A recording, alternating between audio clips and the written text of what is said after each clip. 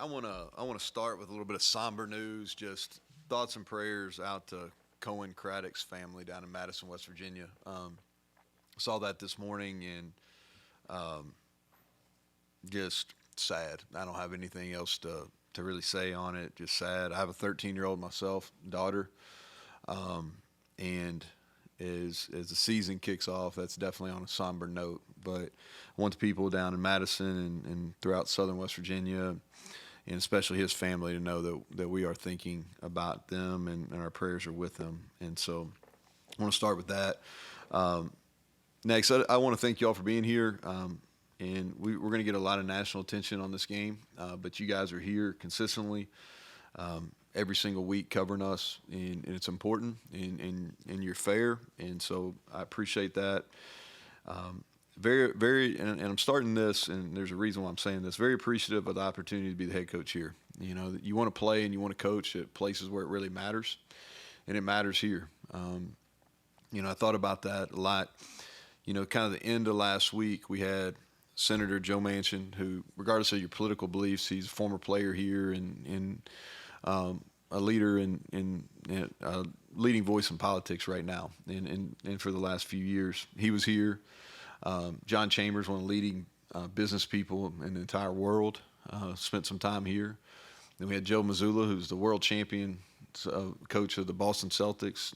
Charles Wesley Godwin went from opening up for Luke Combs to being here at practice, and and it matters. And there's people, and I could go on. I could name a bunch of other people, but it matters here, and so very fortunate of that. We had a great fundraising event to kind of build off that on Saturday, raising money for the Country Roads Trust, and thankful for Joe Mazzulla to be here. Busy schedule, and I think people that were here really felt this, but I've known this since we first met over a year ago, is just a really humble person and really kind of servanthood behind his leadership style.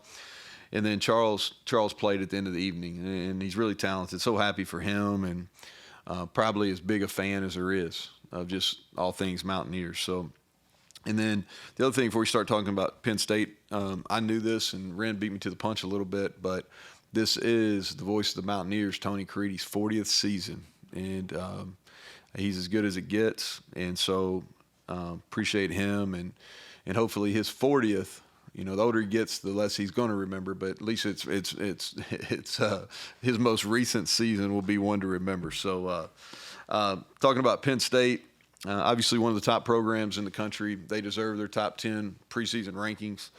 A lot of respect for Coach James Franklin, what he's done not only at Penn State but what he did at Vanderbilt. They've got new coordinators in all three areas. Defensively, I think, is where it starts for them. Top 5 defense in most categories in 2023. The D-line is deep. They're talented. Multiple NFL players on that defensive line. I think at linebacker, a lot of returning experience. 41 really makes them go. And then, NFL talent, high-level talent at safety. And so presents some real challenges. Offensively, Andy did a great job at Kansas. Before that, he did a great job at Buffalo.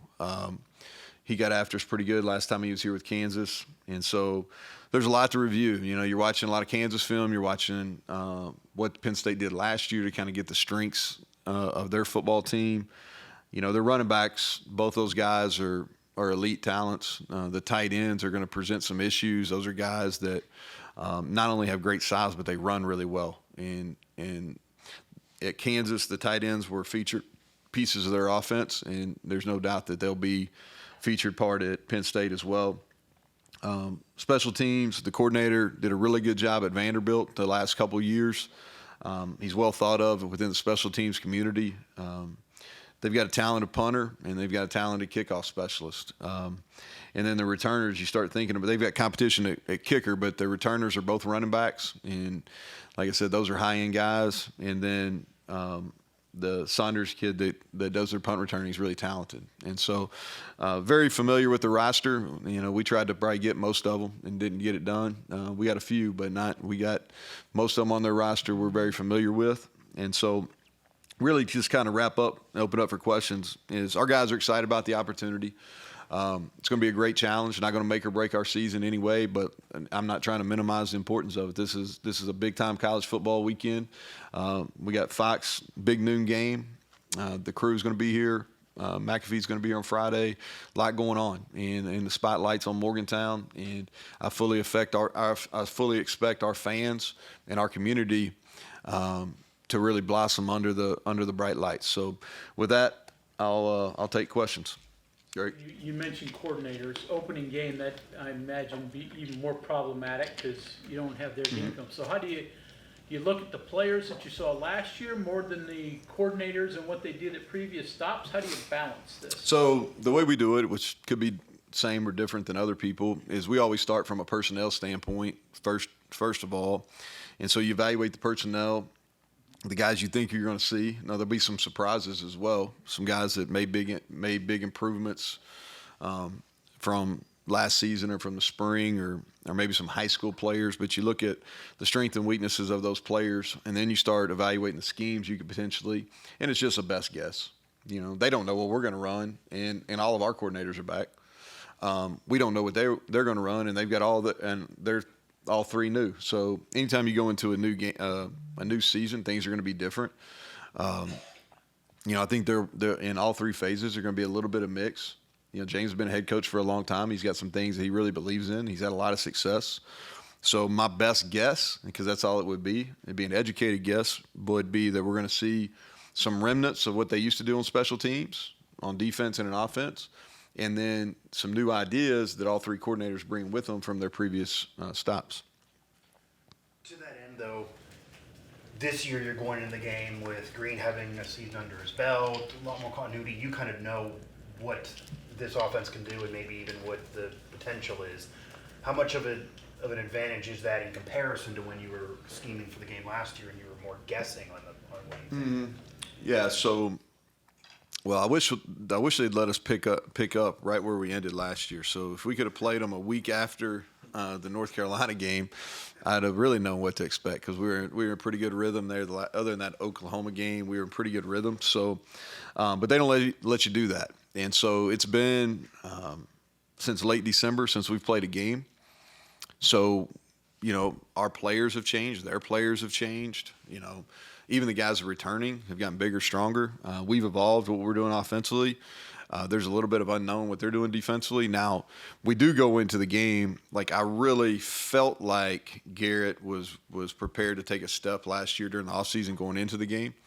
But you don't know until you start. He's the starter and he goes and plays the whole season. So definitely have a better feel for how he's going to play, and a lot of belief in him. I said this several times, man. I think he's, if not the most underrated player in college football, one of them. And so excited to watch him get a chance on a national stage on Saturday. This is probably a question for Jordan, but I'll ask you. Is there some projecting going on and how Aller is going to fit what Andy does offensively? How do you kind of match up his skill set to what they did at Kansas? Well, I think you have to dig a little deeper. If you look at what Andy did at Buffalo, they had a kid that the quarterback that I think he left after we played him in the bowl game there, whatever, down in Mobile. That would have been 18. They had a quarterback that's very similar in size. You know, I have a hard time remembering all the way back there. I know the kid was similar in size and had a big, strong arm like Drew does. So you look back what he did there, you know, and they didn't. You know, they had some injuries at quarterback at Kansas during his tenure there, so he had to play some guys that weren't necessarily the Bean kid or Jalen Daniels and some of the stuff they did with those individuals. And so, he's a really talented play caller. He was really talented. Like, I felt that. I remember having a conversation with my agents going into the Buffalo game when we were playing Buffalo. I'm like, man, like, I don't know this guy, but man, he does some really good stuff offensively. So he's a guy that I've known and kind of been on my radar for a long time now. So he's going to figure it out. You know, they're not going to look just like they did at Kansas. But they've got two quarterbacks they could potentially play. Perbula, who we recruited in high school, really good athlete and throws the ball efficient enough too. And so he's going to figure it out. They get good pieces. We'll try to figure it out early in the game and then kind of go from there. You know what you got from running back, so I mean, that's a good place to start for him. Yeah, exactly. Like, he didn't take the job because they didn't have players. You know what I mean? Like, that's a pressure position he's taken. They've had a few different guys, and all those. If you look back at the run that James had through offensive coordinators, like, he's had really talented individuals in that role. And there's some pressure that goes along with that role for sure. But Andy knew, and he's very smart, and so I think he probably made a calculated decision. He looked at that roster and said, "Oh yeah, they got some players, especially at running back, tight end, some young wideouts," and so he's got some pieces there, and there's a lot of things he could do. We kind of just take our best guess. In terms of the offense and kind of the man that leading the way, what is your impression of Drew Aller now versus when you played him? Because entering that game, there kind of were questions about him like Green, but now we've seen him. Yeah, I think that the quarterback probably gets too much blame and too much credit when things go good. I think this more nationally probably than locally, that he's got pressure on him or he didn't play what. Like, if you go back and look and you think about this as a first-time starter, the kid played pretty well last year. He played really well against us. He was the difference in the game last year. We did okay versus their run game, but he had some explosive passes against us that really hurt us. I thought he was accurate with the football in our contest. We didn't do a great job covering him, but I thought he played well. And if you look at his complete body of work, I think sometimes unfairly, like, a lot of people struggle against Michigan and Ohio State. It's not like, Michigan did win the national championship. Ohio State does have a pretty sporty little team too. So I think sometimes those are a little bit maybe unfair because if you look at his entire body of work as a first-year starter, he did some really good things. 25-2, 344, whatever it was, attempts, 2 picks. Ain't bad. Yeah, like that's what I'm saying. He's talented. Do you like kind of after you're able to watch the tape from the scrimmage, all that stuff, where you're at depth-wise, and we stayed. Some of those questions you had. We stayed relatively healthy. I don't think you really know till you play a game, and I'm not trying to avoid the question. There's things I feel good about. There's some question marks. I'm not going to share what I think the question marks are because I'll be helping them, but there's some question marks, and you don't really know until you play. And so I'm eager. I'm glad we got this week to prepare. We need it. But I'm eager to see kind of what we have. I feel really good about it. I like the leadership on our team. We're going to have a really good football team. And we've worked a long time to be able to peak at the right time, and that's the hope. You're always going to have some first game jitters watching the games on Saturday. You're always going to have some things that go because you haven't played in so long that are maybe a little bit different in game one. But I'm eager to see our guys compete. Talking to Garrett, he mentioned the 2 edge guys, and then he also mentioned the Mike linebacker. Mm-hmm. What do you see from their edge rushers, and what do you see from King? Well, it starts at the edge with, let's go back this. They had did they have 2 first-round picks last year? I know they had Chop, and then the other kid was either late first, early second. I can't remember. So for them, I think it starts with the 2 ends, Dennis Sutton and Abdul Carter. And Abdul Carter started last year linebacker.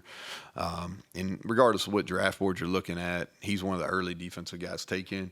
And then Dennis Sutton has an early round grade on him as well. I think where it gets lost a little bit on their D-line is they've got a number of guys they play interior-wise, and it's going to be hot on Saturday. And so they're going to be able to rotate a bunch of different bodies. They're third in the Vanover kid. He's a really talented player as well. And so they have, that's probably, I don't want to speak for them, but watching them, that seems like a really deep position for them across the defensive line. This might be a long way to get to the question of, is there a message to you guys out of the Georgia Tech game against Florida State? But it seemed to me that comments from the Georgia Tech coach were very similar to everything you're trying to do, both the way he runs his offense, the fact that they're trying to build a strong foundation for the future, that they're looking at a hard-nosed game that begins at the line of scrimmage, all of that together. And I was just wondering whether your thoughts on that, on being. I had the game on in the background, and so I watched it, but I watched it casually. I will say there's some similarities. I watched them last year, so like I said, I had the game on. I really didn't pay a ton of attention to it. Buster Faulkner's the offense coordinator at Georgia Tech. He played and then coached with a guy that coached me at Kentucky, Chris Hatcher, who's head coach at Sanford. So I know Buster. It's funny because he was an air raid quarterback. He played at Valdosta State and was a really good quarterback. My background's kind of in the air raid, and he won a significant game, run the ball all the time against Florida State, and that's kind of what they did last year as well. And here we are last year, had a lot of success. I don't know enough about their roster to say how close it is. They do some things schematically that are similar to the way we do it.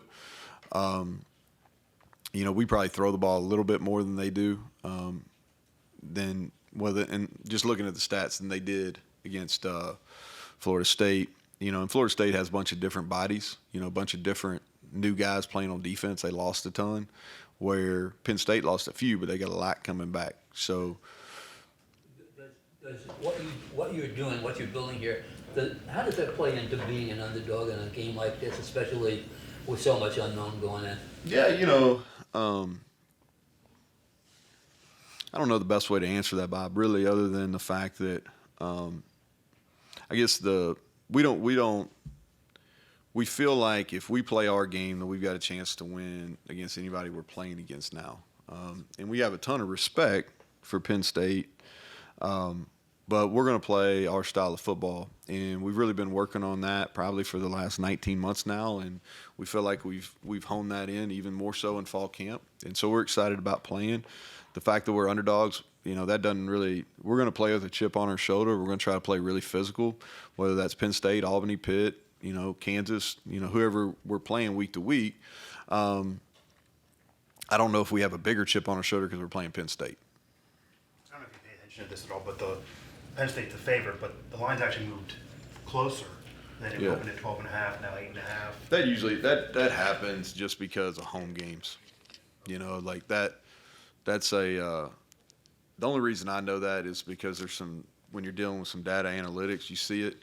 But that, from my perspective, like you see that when you're playing at home, especially early in the year when people are still trying to figure out what the teams are. So you see a little bit of movement on that. I wouldn't read into that.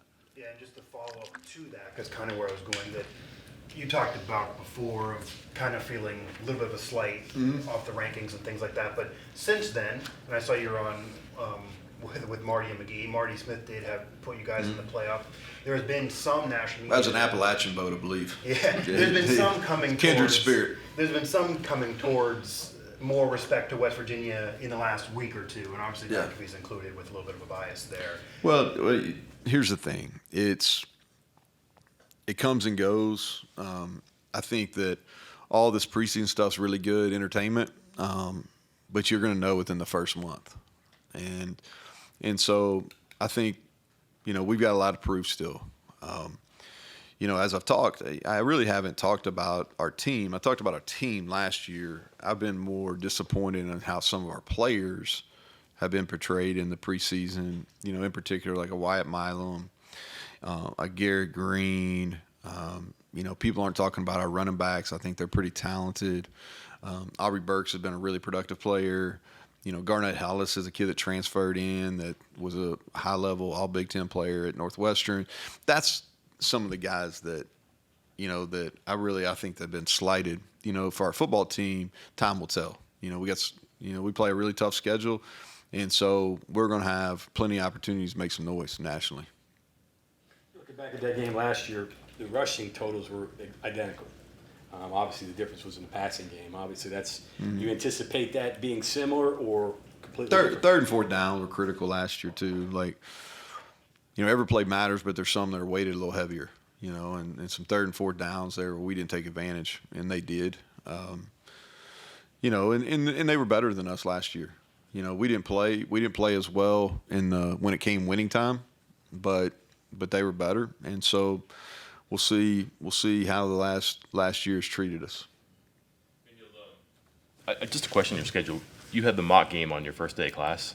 Is that new for you? Yeah, we moved it up. Yeah, we did. So the reason we did that is to give us a little bit more lead time into Penn State. Yeah, we used to do it a week out, but part of the things we changed through the our fall camp schedule is moving that mock game to the night. We don't like to do a whole lot of strenuous activity on the first day of class just because there's a lot going on, and so we moved the mock game to that day and then started our Penn State stuff the next day.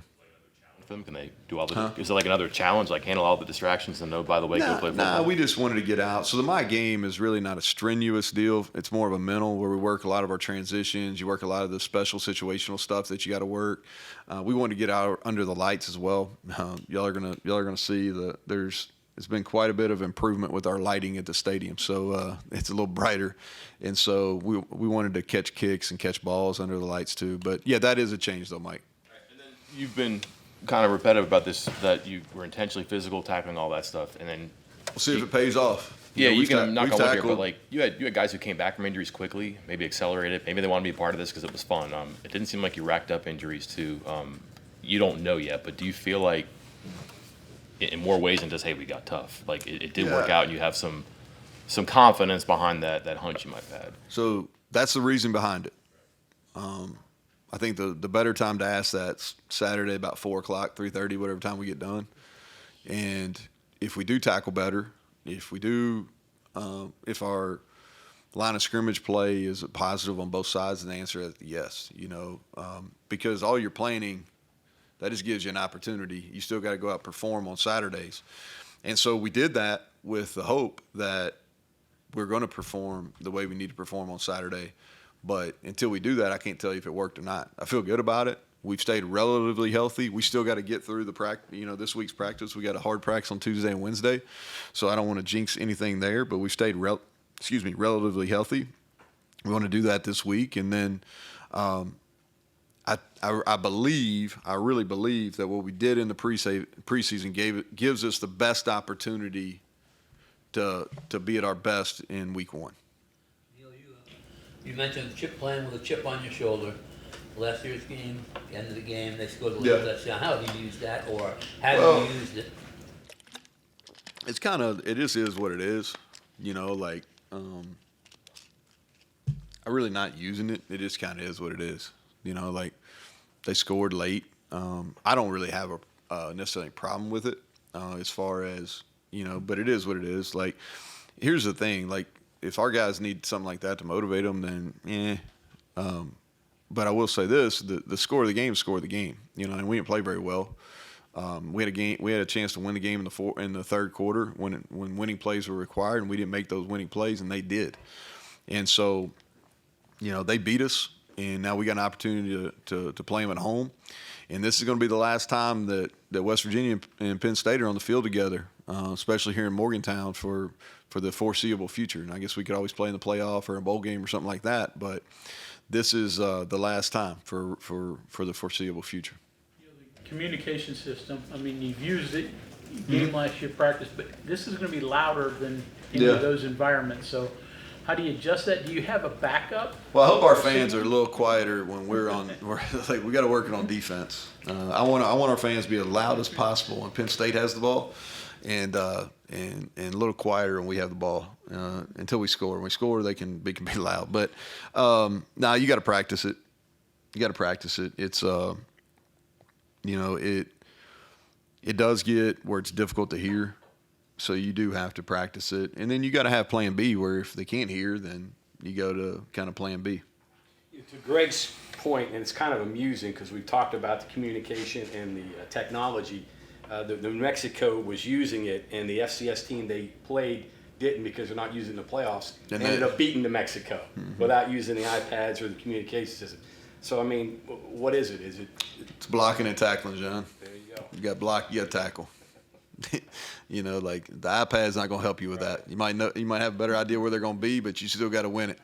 And so that, like, we can get as fancy as we want to, but it's going to come down to usually about 8 or 9 mano and manos during each play. And if you win your share, you usually win the game. And we can talk about it on the coach to player. We can watch it on the Surface Pros, but yep, as much as we progress, it comes down to those things. All the stuff about their new coordinators being new, you don't have that, but I don't suspect you're going to be like identical. Nah. It's kind of a weird, like, paradox there. You have all the familiar parts, but I guess how would it? Don't give it away. I know that, but like, how different do you think things could look? And is it just doing stuff better or doing better Well, I things? think you study what you did. You know, like study what you did a year ago. You want to do things that philosophically you really believe in, so you're going to continue to do those. But you can't present it in the same way. You know, they got really good coaches, and they've been watching us from last year, and so you got to change. You got to change up what you're doing, and that's in all 3 phases: offense, defense, special teams. And bottom line is, when we get in this game and it kicks off, there's going to be a bunch of adjustments, and so both sides of the stadium are going to have to make a bunch of adjustments, and who can do that in the most efficient way and do it early, will have an advantage. Tom Allen's history, big pressure guy from his time. You know, he's a coordinator, obviously, before he's head coach. And I'm not real sure if he was calling defense or Indiana or not. But yeah, I think he's been a good mix. You know, from a structure standpoint, hasn't been much different than what Manny did. That's probably, I don't know, I wasn't privy to any information, but when I started really studying him back in May, I'm like, oh, I can see why James, Tom's obviously had a lot of success as a coordinator.